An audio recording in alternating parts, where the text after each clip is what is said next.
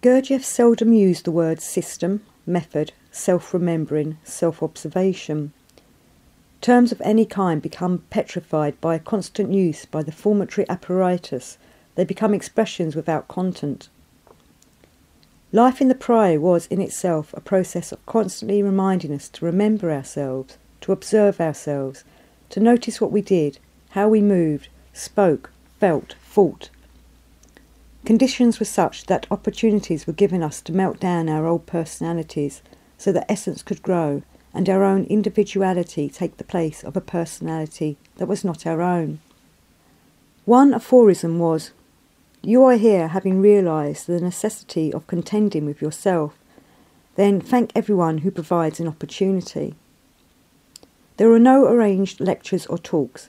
Gurdjieff might talk anywhere at any time. One had to be continually on the watch when he was about so as not to miss something, and we learnt to sense when he would be likely to sit down and talk. The same with the music. At any moment he would call Hartmann to play, morning or afternoon, in the study house or the salon. Word would go round, and we would leave our work in the forest and go up and sit and listen, and one did not wallow in emotional daydreams as one is apt to when hearing music in general. Once, while we were resting in the forest, the blue smoke curling from the fire, only the far-off sounds from distant Avon breaking the stillness, Gurdjieff said, "Why everyone so quiet? No one have question?" After a pause, one said, "I find it difficult to distinguish between essence and personality." "Each of us," replied Gurdjieff, "is composed of two men, essence and personality. Essence is everything that we are born with, heredity, type, character, nature. Essence is the real part of us. Essence does not change. I, for example, have a swarthy skin which belongs to my type. It is part of my essence. Personality is an accidental thing, which we begin to acquire as soon as we are born. It is determined by our surroundings, outside influences, education, and so on. It is like a dress you wear, a mask, an accidental thing changing with changing circumstances. It is the false part of man and can be changed artificially or accidentally, in a few minutes by hypnosis or a drug. A man with a strong personality may have the essence of a child, overlaid by personality. When we speak of inner development and inner change, we speak of the growth of essence. The question now is not to acquire anything new, but to recover and reconstruct what has been lost. This is the purpose of development. When you have learnt to distinguish personality from essence and to separate them, you will understand what has to be changed. At present, you have only one aim, to study. You are weak and dependent. You are slaves and helpless in the face of everything around you. Time and work are necessary to break the habits of years, and later it will be possible to replace certain habits with others. Man is dependent on externals, but externals are harmless in themselves, and you will learn to replace influences that hinder your development with those that can help. A question was asked about observing oneself. Gurdjieff: At first, conditions for work must be prepared. At present, you can only try to notice what you do and gather material that will be useful for work. You cannot yet observe when your manifestations come from essence and when they come from personality. You cannot tell while you are gathering material because man has only one attention directed on what he is doing. His mind does not see his feelings, or his feelings his mind. He also spoke about being able, later on, to divide our attention into 2 or even 3 parts. But when someone asked how this could be done, he said, "You cannot do this yet. Later we will speak about it. People in general have no real attention. What they think is attention is only self-tensing. First you must strive to acquire attention. Correct self-observation is possible only after you have acquired a measure of attention. Begin with small things." One of us asked, "What sort of small things do you mean? What can I do?" Gurdjieff: There are 2 kinds of doing: mechanical, automatic doing, and doing according to your real wish. Take some small thing which you are not able to do, but which you wish to do. Make this your God. Let nothing interfere. Only strive to fulfill your wish. If you succeed in this small thing, I shall give you a bigger task. At present, many of you have an abnormal appetite for doing things which are too big for you.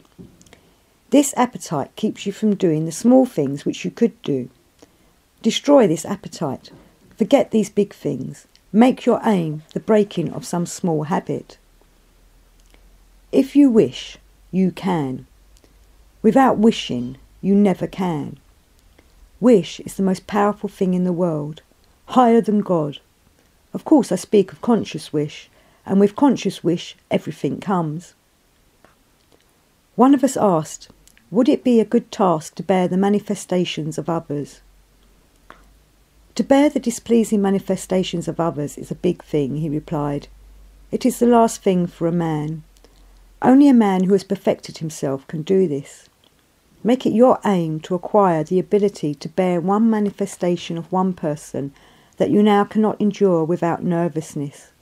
Setting yourself a voluntary aim and compelling yourself to achieve it creates magnetism and ability to do.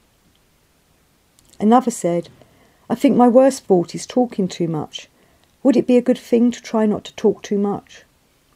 Gurdjieff. For you, this is a very good aim. You spoil everything with your talking. It even hinders your business. When you talk so much, your words have no weight. Try to make an exercise not to talk so much. If you succeed, many blessings will come to you. It is a big thing, not small. If you succeed, I will tell you what to do next. To another, he said, for you, a good task would be to try to ask questions. You wish to know, but you don't speak. For you, this effort would be very good. In answer to another question about observing oneself, he said, many things are necessary for observing. The first is sincerity with oneself. This is very difficult. It is much easier to be sincere with a friend. We find it difficult to look at ourselves, for we are afraid that we may see something bad, and if by accident we do look deep down, we see our own nothingness. We try not to see ourselves because we fear we shall suffer remorse of conscience. There are many dirty dogs in us, and we do not want to see them. Sincerity may be the key to the door through which one part may see another part.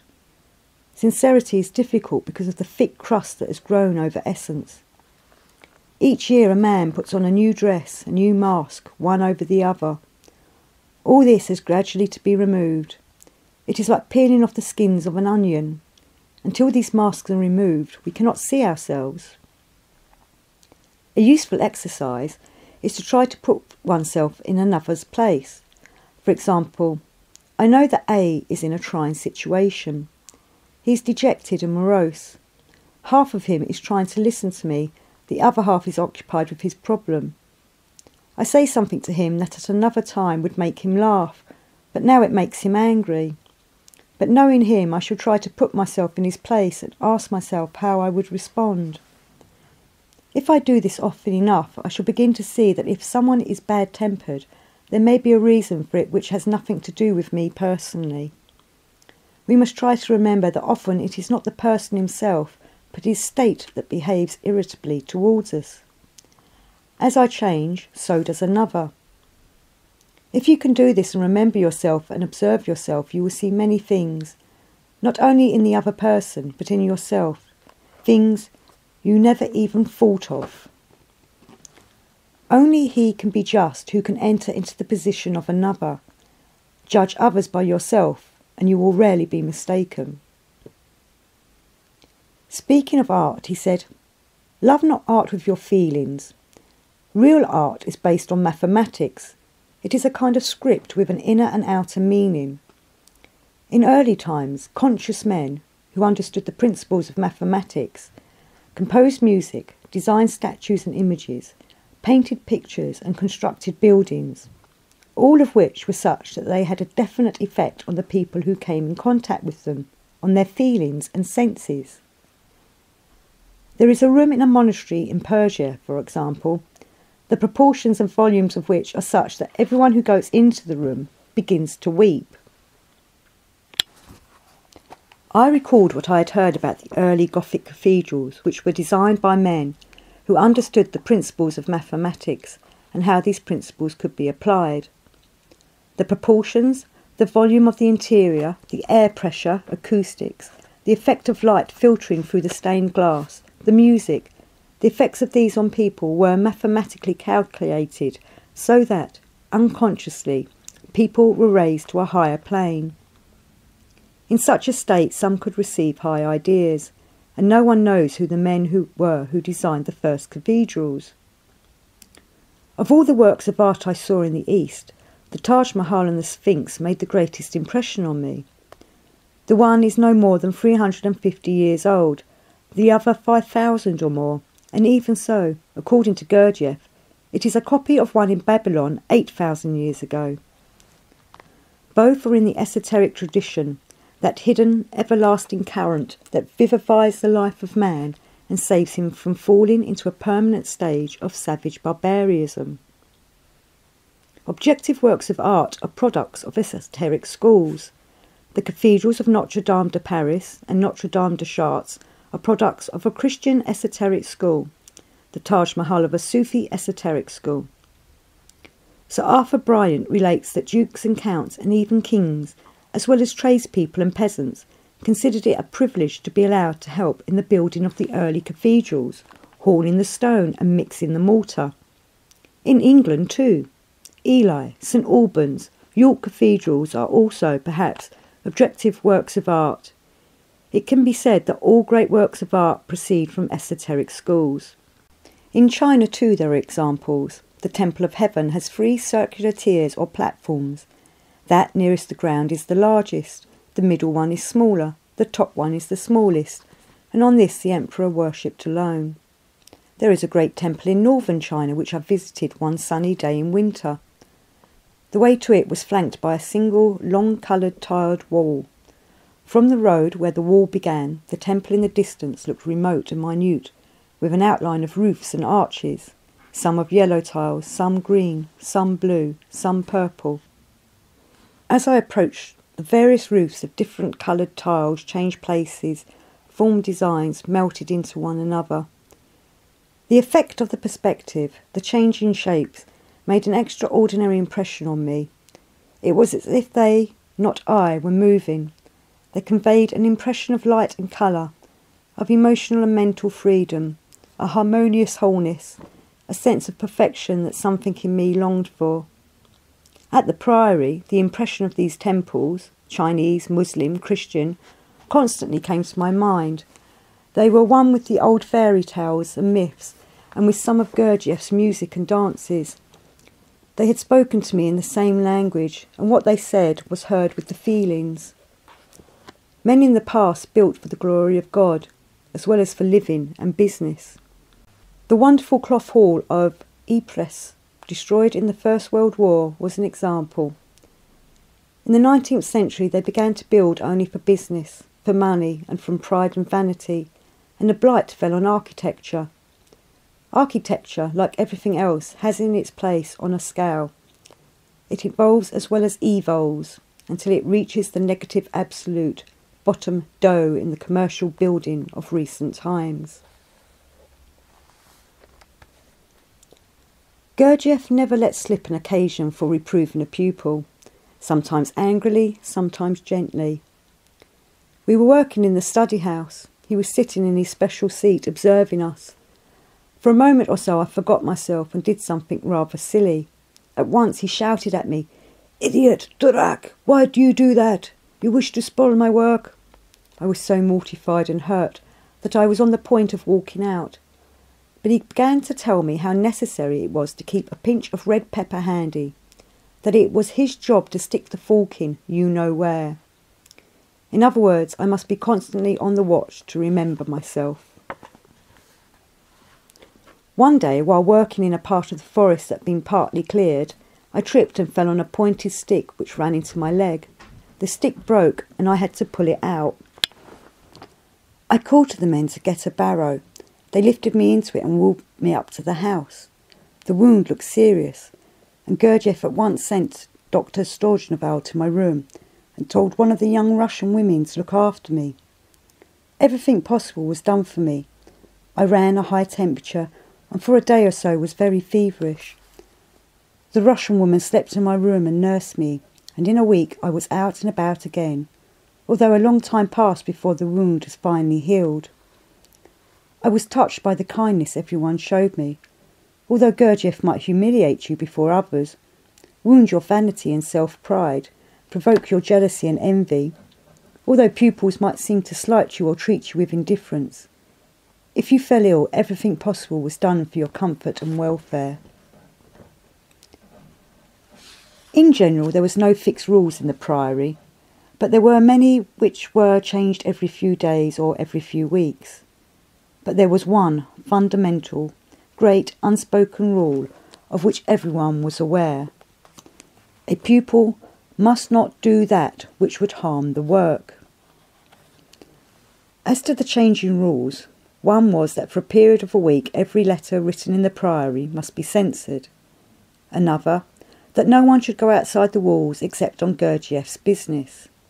Another, that no one must go to Fontainebleau without permission, and so on. Often they were exercises not to be taken literally, but if you were caught breaking the rule, so much the worse for you. 3 of us had been in the habit of climbing the wall and going down to the sign for a bath, a very agreeable relaxation after hard toil during the scorching summer days.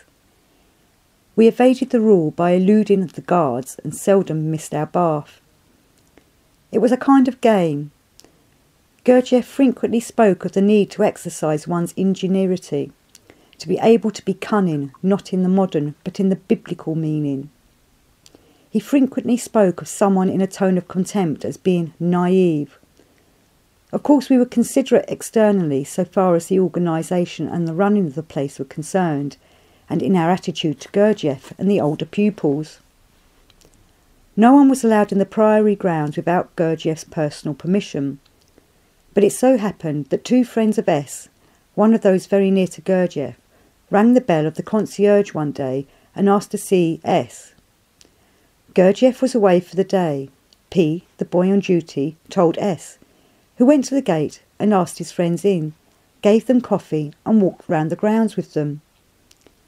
They left within an hour. The same evening, in the salon, after dinner, Gurdjieff called the boy and said to him, "Did I tell you not to admit anyone without my permission?"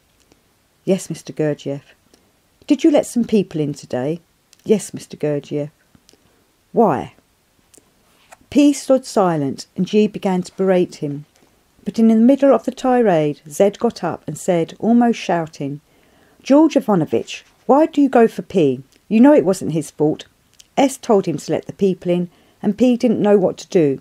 He is to blame, not P." Gurdjieff said a few more words to P, and then sat down next to S and began to talk of something else. All this time S said nothing. The rest of us sat round drinking coffee, intensely interested, trying as usual to understand what it was all about. For Gurdjieff never made a scene like this without a purpose. One day in the Henri Douce, he was talking about how men had degenerated, and that from nature's point of view, certain animals were far better than man. "Even rats," he said, turning to me, "are better than man." I began to wonder why he should so pointedly mention rats. Then I remembered that a few days before I had been in the stables when a rat had run along a beam, and when I saw it I jumped and began to tremble. This was reported to him. Before the war I had no fear of rats, but experiences in the trenches with rats had associated them with all the filth, the cruelty, the fear, misery and suffering of front-line trench warfare. I had been into a temple in the east full of poisonous snakes without the least fear, but I could not see a rat without shuddering and feeling sick. I know that it is so, and why, but even now, only by firmly remembering myself can I overcome this shuddering revulsion. But Ganesha, the elephant-headed god of knowledge and learning, has as his symbol a rat, one of the most sagacious and cunning of creatures. Speaking again of personality and essence, Gurdjieff said that only a conscious man can distinguish between them. All the ordinary roles we play are personality. But if by accident we find ourselves in unusual conditions, we may behave according to essence. Some grown-up men, for example, when they had a good deal to drink or are under the influence of some young woman, will behave like little boys, which essentially they are. On the other hand, in times of danger, they may behave either intelligently or rationally, or like frightened children. Under the shock of grief, the stern businessman or the statesman may become human and tender. Our task is to die to this personality, which is a false thing, not our own. It may be necessary to melt it down in the fires of great suffering.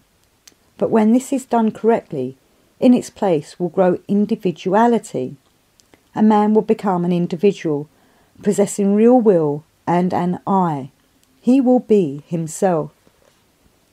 He said that a good deal of our lying, greed, envy, jealousy and hate is often caused by an accumulation of corresponding energies. Unused energy causes frustration, which is deflected into the expression of negative emotion. Man has real individuality inherent in him. It is his own, his birthright, which he has sold for the mess of pottage of false personality. Identification occurs when our energy and attention is fixed on one aspect of a thing. It is one-centred work, a form of hypnosis, and must be distinguished from concentration and attention, which are useful and necessary. In the Institute, our weaknesses were observed and noticed, and we were given opportunities of seeing them, and we had to see them for ourselves. Attention was necessary so as not to miss anything that was said or done. Apparently casual remarks or actions might reveal a great deal to a person. The teaching was given in fragments and often in unexpected ways, and we had to learn to put the pieces together and connect the fragments up with our own observations and experiences. Gurdjieff spoke of the need to think differently about certain expressions in common use: sin, prayer, fasting, confession, repentance, supplication, submission, atonement, death, resurrection, life. Under the ordinarily accepted definition of these terms there lies another meaning, a real meaning, which is connected with a state of change in man's psychology. Fasting, for example, the abstention from ordinary food, can be very useful if it is carried out under the guidance of a teacher. In Orthodox religion it has become just a custom, but properly carried out it can purify the system and change the metabolism of the body. And there is another kind of fasting, which is not connected merely with our food: the abstention from useless, unwilled manifestations, constant giving way to negative emotion. In answer to a question about so-called supernatural faculties such as second sight and telepathy, he said that these arose from the moving instinctive centre through muscular contraction or through molecular fluctuation of the emotional centre. A movement in one centre is at once communicated in waves to the other centres and to all parts of the organism. In early times, before they became spoilt, people could communicate with each other and even see what was going on at a great distance. Now this faculty is preserved only by those who are called uncivilized people, among some of the Lapps, for example, or Red Indian tribes, or even Australian Aborigines. Or it happens to some people by accident, and then it is regarded as something queer. I was very much interested in this, as I had had experiences of the kind. During the war, I and another officer were told to take our companies to work on Salisbury Plain. We were driven in trucks for 10 miles, then had to march 4 miles across the deserted, treeless plain to our work. Expecting to return in daylight, we took no bearings, but it was getting dark before we finished.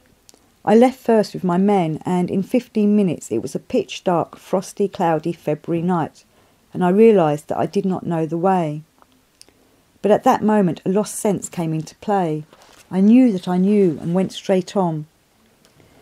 One of my subalterns began to speak of our losing ourselves on the plane, and I told him to keep quiet. For over an hour we walked, without a word, over the rolling plain, so dark that we could not see 10 yards ahead. I tried not to think, but to be quiet inside and to let my innate sense of direction or instinct take charge. At last I sensed that we were getting near to the trucks, and in 5 minutes we suddenly came upon them. In half an hour we were eating hot food in camp. The other party was discovered next morning just after daybreak, wandering over the plain, cold, tired, hungry and lost. Some months later, that same year, we were on the Somme. I was told to take a party at night to investigate a wood about half a mile beyond our front line. Having placed my men inside the wood, I went forward with the sergeant to look, or rather feel, round. Suddenly I stopped. I could not go on. Something said danger. The sergeant apparently felt nothing, for he was going on unconcernedly when I stopped him.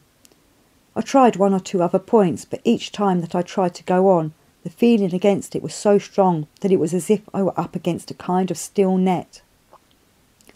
After a time I withdrew the men and went back to the front line, reporting that I considered the wood to be occupied by the enemy. The next night men from another company went out to the same place and walked straight into an ambush. Several were killed, including the officer in charge. The rest came running back. More than once I saved my own life and the lives of my men by listening to the inner voice of the sixth sense. In the New Zealand and Australian bush, I frequently got out of difficult situations by letting the unknown sense have its way, and more than once by letting the horse I was riding have its way. I've had many experiences of sensing things at a distance, and of foreknowledge of things which actually did happen.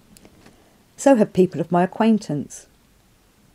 Unfortunately, spoiled as we are by education and upbringing, these experiences of the sixth sense commonly come in a very general way, and we are usually unable to profit by them. It is often difficult, moreover, to distinguish between what is set going by the imagination and what is really sensed and felt. In any case, the real experiences have little or nothing to do with the mind. They come from the moving instinctive and feeling centres. When Gurdjieff said, "We do not aim to construct something new, but to recover what is lost," it applies, from one aspect, to the vanishing sixth sense. So far as I've been able to discover in the investigation of all kinds of phenomena, none of the so-called modern techniques are of any use. The only really useful method is that ancient one given out in a modern form by Gurdjieff, though that is only one of the many aspects of his teaching. Before I met him, I regarded these experiences as accidents. A great many simple people possess this extra sense, fishermen and farmers, for instance. Officials, intellectuals and experts are almost devoid of it, which is probably why they are almost always wrong. Human beings, besides being machines for transforming substances, are also instruments for receiving and transmitting vibrations. It is also possible for them to make use of the apparatus for their own benefit. This summer of 1924, my first at the Institute, was one of those very hot blazing summers that sometimes visit northern France, and all meals, except for the special ones in the English dining room, were taken out of doors. Plates of food were handed to us from the kitchen window which looked onto the gravel court. I had taken my plate, and on my way back to the end table I passed Gurdjieff, who was sitting with some others. As I came nearer, he gave me a quick glance, and a cigarette fell from the box he had taken from his pocket. I hesitated. One part of me, or one eye, said, "Pick it up." Another said, "No, don't." While yes and no, which lasted a few seconds, went on in me, someone else picked it up. I went to my table and sat down, and after thinking about it, told my neighbour. "He was testing you," he said. 5 different types would have reacted in 5 different ways. "Not in the army," I said. "No, but I'm speaking of non-machines. In the army, if 5 machines or 500 are connected to the same switch, they all act as one. Here we are beginning the process of being metamorphosed from machines into men. Gurdjieff experiments with people according to their types. Some people who hear about this object, they regard it as humiliating to be used like dogs and monkeys for experiments. But if you take it the right way, you will have opportunities for learning a very great deal about yourself. It is a privilege. Each day, one was able to have a new experience, but only in the degree that one worked and made effort to overcome the laziness and inertia of the body, and the likes and dislikes of the feelings. The aphorisms took on a real meaning. He who has rid himself of the disease of tomorrow has a chance of achieving what he is here for. Man's greatest achievement is to be able to do. I love him who loves work. Help only him who strives not to be an idler. One of the strongest motives for work on yourself is the realization that you may die at any moment. When Gurdjieff spoke about the uselessness of most of our suffering, which comes from our own corns or treading on other people's or others treading on ours, one was reminded of the aphorism, "One of the chief aids to felicity is to be able to consider exteriorly always, interiorly never. And consider only what others think of you, not what they say." Gurdjieff was always giving people shocks in order to make them use their critical faculty. To one young pupil he said, "Never believe anything you hear me say. Learn to discriminate between what must be taken literally and what metaphorically." Some of us were having supper with him in his apartment on the Boulevard Pereire. A young man, an American, asked him why he always shut the windows at meal times. Gurdjieff went into a long explanation of how necessary it was to keep vibrations from being lost through open windows, and so on and so forth, while the young man listened wide-eyed. He left before the rest of us. When he had gone, Gurdjieff said, "You see, he takes everything literally, without pondering. He will go back to the Priory and shut all the windows all the time, and I shan't be able to get a breath of fresh air." The windows were closed, of course, to keep out the noise of the street. To another pupil he said, "You never believe anything I tell you. You always doubt. Even when you know you must believe, you begin to doubt." There was an aphorism, "If you have not a critical mind by nature, your staying here is useless." Some people saw, or affected to see, something mystical or esoteric in Gurdjieff's lightest word or gesture. Since he was so far above us in knowledge and understanding and being, this was not surprising. One had all the time to be on the alert, and when one was in a state of self-remembering, one seldom made a mistake. It was comparatively easy to remember oneself when Gurdjieff was there, for his state of consciousness kept one awake. All the time we had to learn to discriminate between what ought to be taken seriously and what jokingly, and he often made exaggerated statements in order to shock us. Some of us younger pupils tried to formulate for ourselves vanity and self-pride. When we said, "My pride was hurt," or "She or he is as vain as a peacock," what did we understand by it?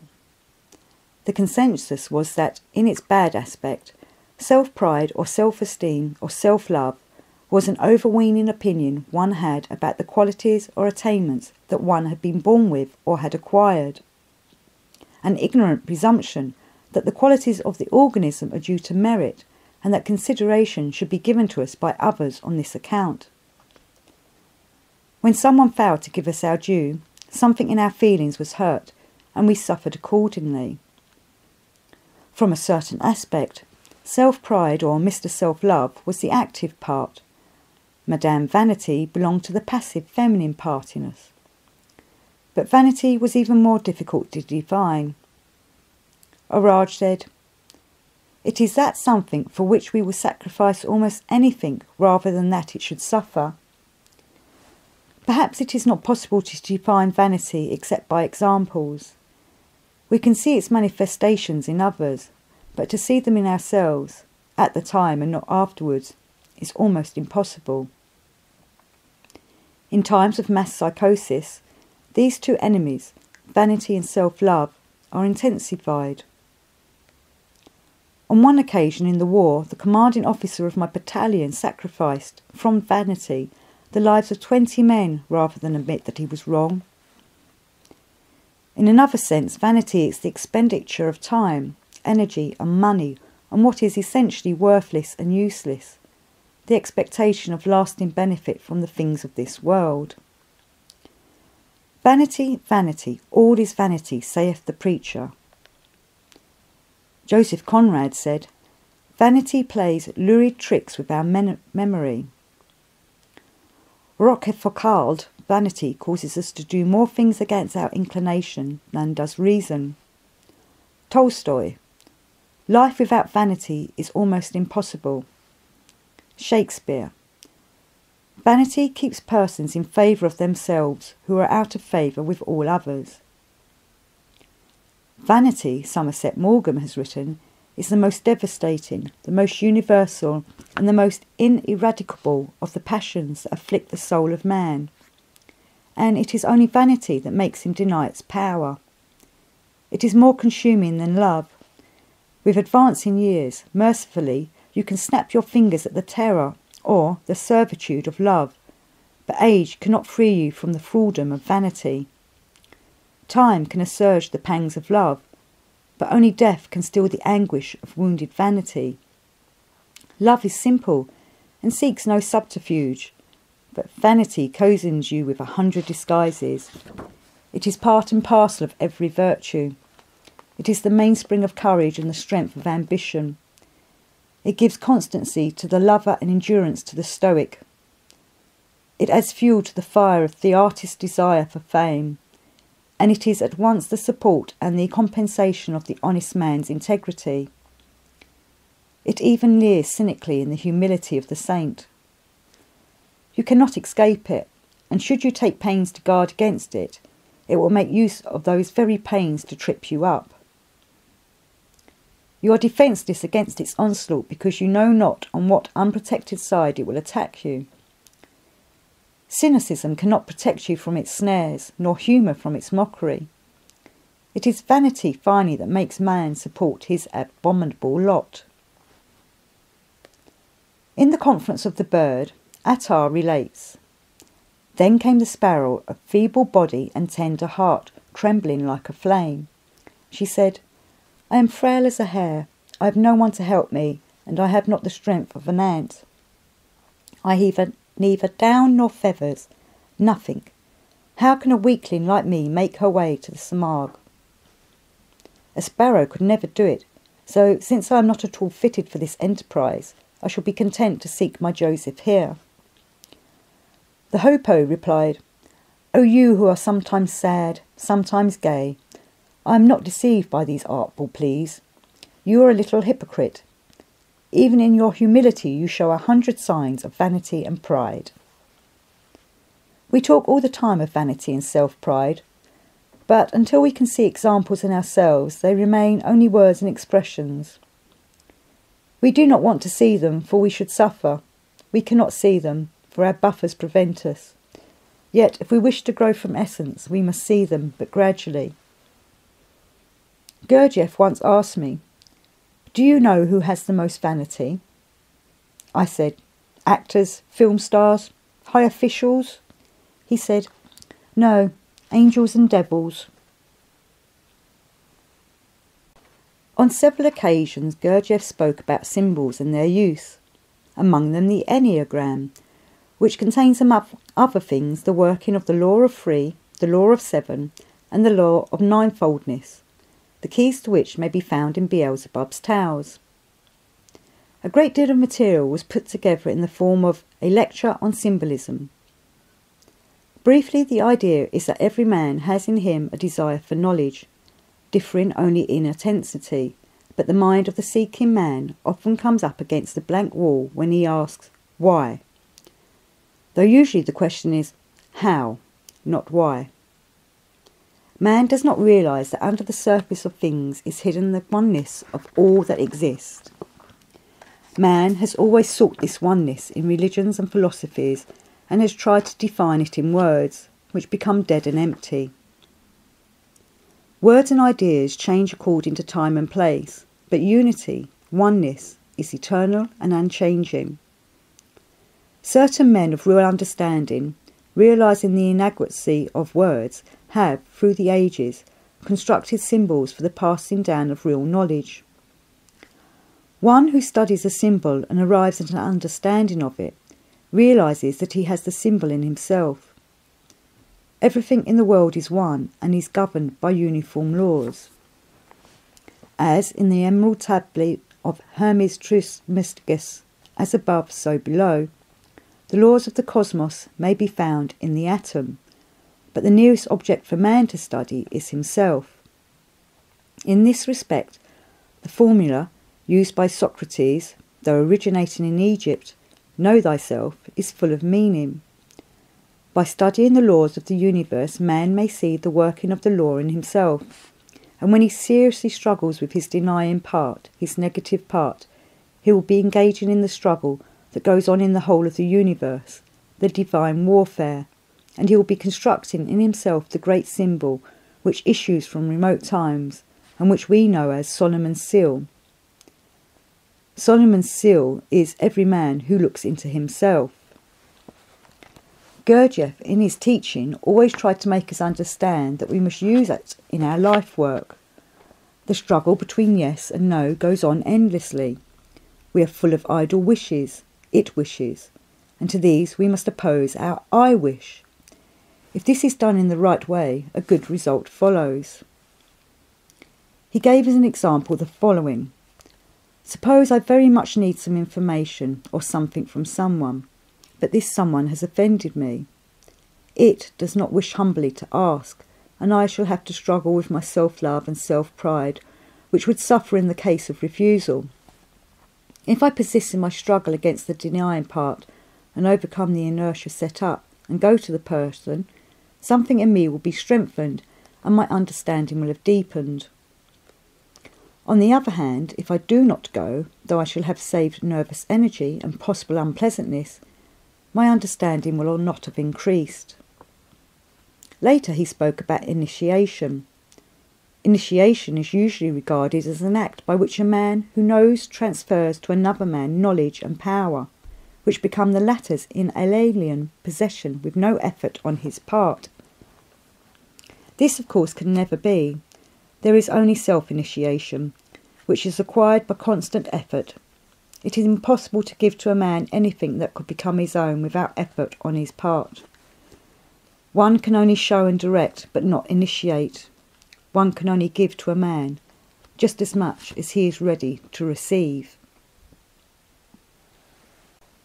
As I have said, Gurdjieff always followed up a talk on theory with practical work, and I, with others, found myself being manoeuvred into situations in which I became conscious of, yes, here is something I ought to do, no from the body, a resistance accompanied by all kinds of reasonable excuses to myself for not going on with the struggle. When the effort was made, the neutralising force came into play, and a feeling of growing strength was experienced. Sometimes the effort was not made, with a consequent feeling of weakness in the solar plexus. While taking part in a certain dance based on what is called the Enneagram, something began to work in me, in my feelings. It was occasioned partly by the music, partly by the postures and the movements. The music was a simple, recurring melody and harmony, but arranged in such a way and so beautifully that it pierced the depths of one's being. It was as if I was understanding something, becoming conscious, partaking in a ritual. I sensed something of the meaning of the Enneagram, of the law of eternal recurrence, eternal repetition, and of the possibilities of a way out. And in time, the Enneagram became for me a living, moving symbol that gave me a feeling of joy whenever I looked at it. I could learn something every time I pondered it. The chronogram of Mary Stuart read, "In my end is my beginning." It was a hot morning in July. The forest, at least the part where I was working, might have been in the tropics. By mid-morning I was very thirsty and left my work to go up to the house to get some tea. On the way, by the great lawn, I came upon 3 of the Russians who were talking with anxious expressions on their faces. With my small knowledge of Russian, I could not catch much, but the name George Ivanovich was constantly repeated. I stopped, and they told me that Gurdjieff had had a bad accident. The ambulance was bringing him to the Priory and might arrive at any moment. We walked up to the house and into the courtyard and reached the gate just as the ambulance arrived. Gurdjieff was brought out on a stretcher, his head covered with bandages. He was unconscious, but he murmured, "Many people, many people." He was carried upstairs to his room. A hush descended on us. Everyone went about his work quietly and seriously. A few were weeping, though there was a complete absence of conventional expressions of sorrow. Gurdjieff's condition was very, very serious. The doctors were not very hopeful for his recovery. The wonder was that he had not been killed instantly. Later in the day, I went up to the garage in Fontainebleau to get something from his car, a small Citroën, which had been towed there. The radiator was crushed, the engine was off its seating, the steering column was broken, screen and doors and windows smashed, the front axle and wings crumpled. Gurdjieff had been found lying on the grass verge on the road that runs from Paris to Fontainebleau, his head on a cushion of the car. How he had got out of the car, whether he got himself out or was carried, was not clear. The car had run into a tree. It seems that the day before he left Paris on his weekly return trip to the Priory, he had done something unusual. He had told Madame de Hartmann to go to the garage and tell the mechanic to examine the car carefully. Bolts, nuts, steering and lights especially. She had never known him so insistent. Also, giving no reason, he had made over his papers to her and given her power to act in his name. Another unusual thing, he told her to go back to Fontainebleau by train, and he dismissed her look of surprise with a gesture. What happened no one knows, since Gurdjieff himself remembered only a charge and a crash, until he woke some days later in his room. A piece of live meat in a clean bed, as he said. He may have been dazzled by the lights of an oncoming car, or he may, for a moment, have nodded. That such an accident could happen to Gurdjieff was a shock to us. Some thought that he should be invulnerable, free from the law of accident. One fanciful lady, a theosophist, spoke mysteriously of the dark brethren who were trying to destroy Gurdjieff's work. But Gurdjieff himself pointed out that if you are on this planet, you are subject to the laws of physical accident, whose causes may lie far away in the past. The great teachers knew this. Jesus rebuked the disciples when they attributed to sin the deaths of the men on whom the Tower of Siloam fell. We only see, or think we see, the immediate causes of accidents. There is another aspect. All teachers, Buddha, Hermes, Mohammed, the Christian Gnostics, have taught that something undesirable has become mixed in us, which can only be purged by conscious labour and voluntary suffering. This something, the result of the organ kundabuffer, is the cause of our forgetting, of our sleeping, and so brings about hundreds of unnecessary difficulties. In the Mahabharata, Vasa tells stories of gods, heroes and devils having to work out on this planet the results of former unconscious, and therefore evil, actions. As the Russian liturgy expresses it, the results of voluntary and involuntary sin. The whole of life is a series of unexpected happenings, of which simple people, farmers and gardeners, for example, are very much aware.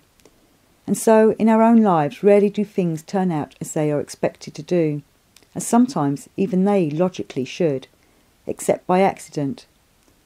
At the best, things turn out, perhaps, 50-50. There was silence in the Priory. We spoke with lowered voices. The bell in the belfry no longer rang. There was no dances or music in the study house, and everyone wished with his whole being for Gurdjieff's recovery. Madame de Hartmann took over the running of the place, and Dr. Sturgeonval and Gurdjieff's wife did the nursing. Madame Ouspensky came from London and stayed for a few days. But it was as if the mainspring of a great machine had broken, and the machine was running on its momentum. The force that moved our lives was gone. When Dr. Sturgeonval told us about a week later that Gurdjieff was out of danger, it was as if the prince had entered the castle of the sleeping princess. Everything began to come to life. The children again played their noisy games in the grounds. Our voices resumed their normal tones. Madame Guillemian started classes of movements in the study house, and Hartmann played music to us in the evenings.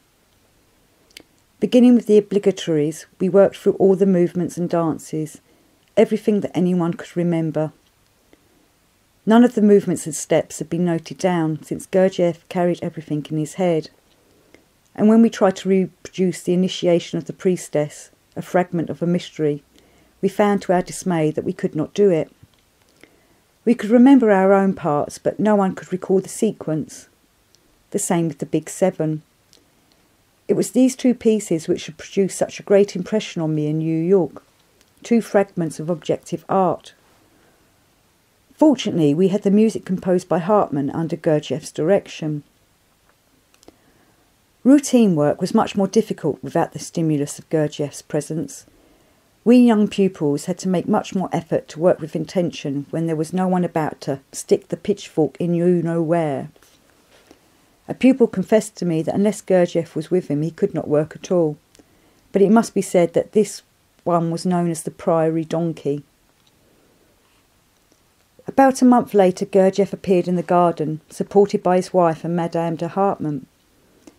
He was wearing his thick black coat and astrakhan cap.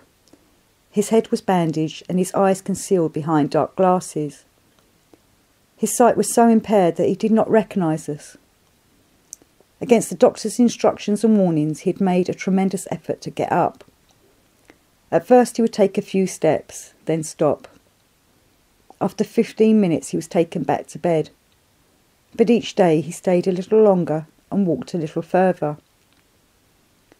When, in October, the torrid heat gave place to the bright warm days of autumn, he had his chair brought, and from this directed us to make huge wood fires in the opening. Sitting, he would gaze into the flames for an hour or more. The idea was that he drew strength from the blaze. We all helped, and the blazing fires and our activity seemed to help him. This continued until it looked as if we should have to cut down half the forest to keep the fires going. Then one day he stopped us and began to watch us working, though without saying a word or seeming to recognise any of us. It was difficult to realise that this was the powerful, active, vital man of a few weeks before who had shocked us into life. Yet one could still sense and feel that undiminished force of his being. Soon he began to direct from his chair, and we began to work as before, striving to sense and remember ourselves, to work with attention, and to realise that if we worked consciously, then we should be helping him as well as ourselves. Everyone who was not on kitchen duty worked outside. Sturgeonval, swordsman, Hartmann, men, women and children. Gurdjieff seldom spoke, and not since his accident had he smiled. One day we were hauling a fallen tree out of a ditch. Hartmann and I were working up to our knees in water, the other pupils on the bank. Suddenly the tree slipped and fell against my injured leg. I shouted, "Damnation!" Everyone stopped and stared and looked. "It's all right," I said. "No harm done, just uncomfortable." A slow smile spread over Gurdjieff's face. Everyone began to laugh, and a new feeling, almost of joy, emanated from the group. This coincided with a phase of his recovery, and from then he began to talk to us, a little. We began to get into our stride again and look forward to the new future when work would be organised in the old way. But one morning word went round that Gurdjieff wanted everyone without exception to assemble in the study house. He was in his armchair in the centre of the floor. We grouped ourselves round him, sitting on the floor, and waited. In a quiet voice he began to speak, sometimes in English, sometimes in Russian. He said that now all work in the Priory had come to an end. He was going to liquidate the Priory. In 2 days, he went on, everyone must be gone from here. Only my own people stay. For a long time I lived for others. Now I begin to live for myself. Everything now stops. Dances, music, work. You all must go in 2 days." As he was speaking, our faces grew so long that one would have thought they would touch our chests. After some further talk in Russian, he made a gesture with his hand, and we slowly got up and went outside, standing in groups on the lawn and asking each other what it meant. It was a shock, as it was intended to be.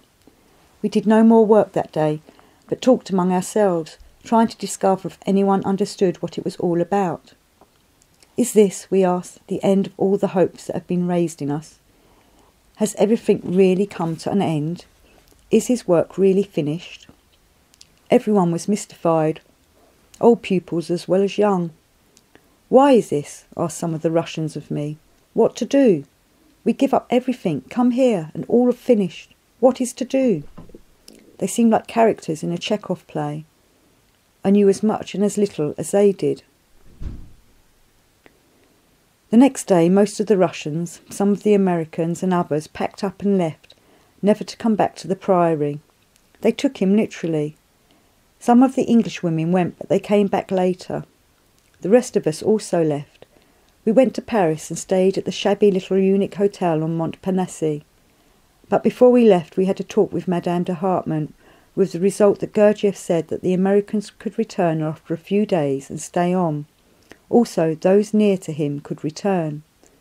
Actually, everyone except his family and those who were looking after him did leave for a few days. When we returned to Fontainebleau, the Priory seemed empty. Only a third of us were left, including the old pupils, those closest to Gurdjieff.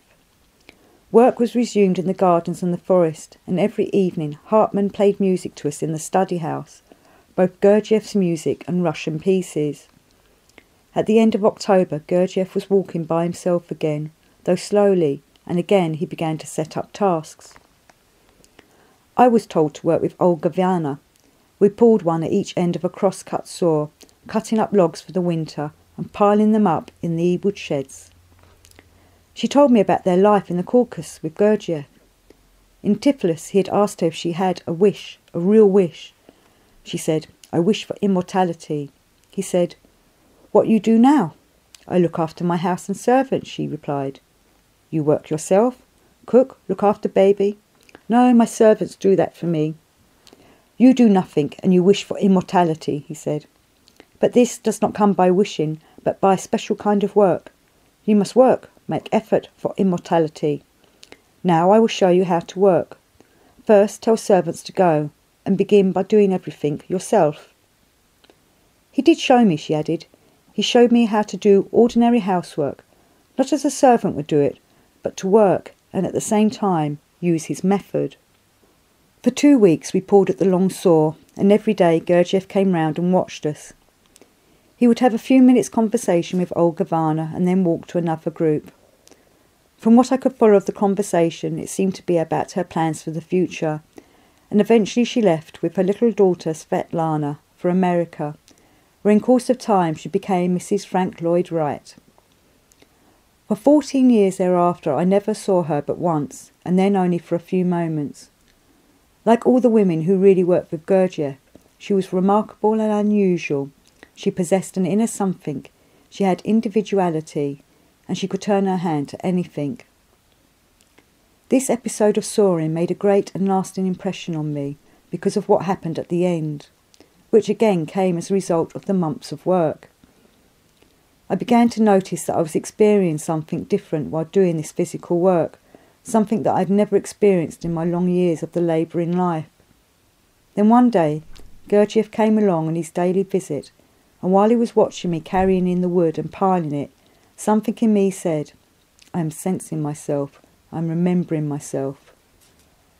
This awareness of increased consciousness was accompanied by a feeling of real joy. Then he said, "Enough, I think. You now know very well how to work with wood. I give you new task." This apparently meaningless sentence, the way it was said, clinched something in me. I had had, as I used to say, a conviction of sin, a realisation that my life hitherto had been completely mechanical and automatic, Now it was as if a magician had said, "Leave the form of machine and assume your rightful form of a man." This was my first initiation, and Gurdjieff's words, the ritual that accompanied it, a mystery had taken place. At lunch that day, looking round at my companions, I saw them and myself differently, and I was reminded of a passage in the story of the Golden Fleece. When the Argonauts returned to the ship after taking part in the mysteries at Samothrace, they seemed to Atlanta and Meleager like gods, not men. A faint nimbus of light shone upon their brows, but when they were in the ship and had put on their usual clothes, the radiance faded. They were once more men, but changed. One day Madame de Hartmann told us that Gurdjieff was going away for a cure, and that if any of us wished to speak to him before he went, we could do so that afternoon. There were now 8 of the younger pupils left, all from America. I was very nervous, not knowing what to ask, yet not wanting to lose the opportunity. We sat on the grass in the bright autumn sunshine and waited. At length he came out and slowly walked to his chair. First one and then another got up and went to him. I put off my turn as long as possible, for my mind was a blank. But as I got up, the questions came to me, and sitting at his feet, I said, "Mr. Gurdjieff, I would like to have stayed at the Priory, but I've made arrangements to start a book business in America. Also, I want to get married, though I have no one in mind at the moment, and I want to help others." "All these can be of use," he said, "very necessary to get money for life. You go and start your business, then later perhaps we go into business together. About marrying, first you must distinguish between woman and wife. Wife is always, woman temporary. If you marry now, perhaps not last, later perhaps. Also, before you can help others, be of real use to others. You must know yourself and be able to help yourself. Now you are egoist, mind always on yourself. You must learn how to be egoist for good aim. Then you'll be able to be real altruists and help others." That was all, but the force behind the words, like a fresh breeze, clears my cloudy mind of sentimentality, the slight emotion exaggerated by muddled thinking that accumulated over the years about sex and doing good. When he went indoors to rest, I walked through the forest pondering his words. Gurdjieff went away next day, and I did not see him until the following summer. November came, it was cold. The study house was shut, and we cleared the English dining room and practised movements there, and even learnt some new obligatories. I returned to London at the end of the month to complete my business arrangements. My old friend Walter Fuller, who was then literary editor of the Weekly Westminster, invited some people to hear me talk about life at the Priory. It fell flat, for I could give them no intelligible picture of that life, the system, or the method of teaching. They sensed that I was no longer interested in the causes we had worked for together: socialism, social reform, education. "And your experiences don't seem to have made you any happier," they added. They continued to work for causes, to tell others what ought to be done. But I cannot see that the life of man is improved since then, either his inner or his outer life. A great obstacle to the good life is the hubristic attitude of the so-called intellectuals on the one hand, and the bureaucrats on the other. Whatever their race or creed, those who are convinced that they know and wish to put others on the path. And they are always wrong. In a way, we are all like this, and must be until we begin to be able to look into ourselves and face the truth about ourselves. As the Sufis say, however much knowledge a man has, unless he has examined himself and confessed to himself that really he understands nothing, all that he has acquired will be as the wind in his hands. Seeds have been sown in me and have begun to germinate, but as every gardener knows, there is often a long period between germination and sprouting, between sprouting and becoming a plant, and longer still before the tree appears with blossom and fruit. Becoming a new and developed man is a still longer process.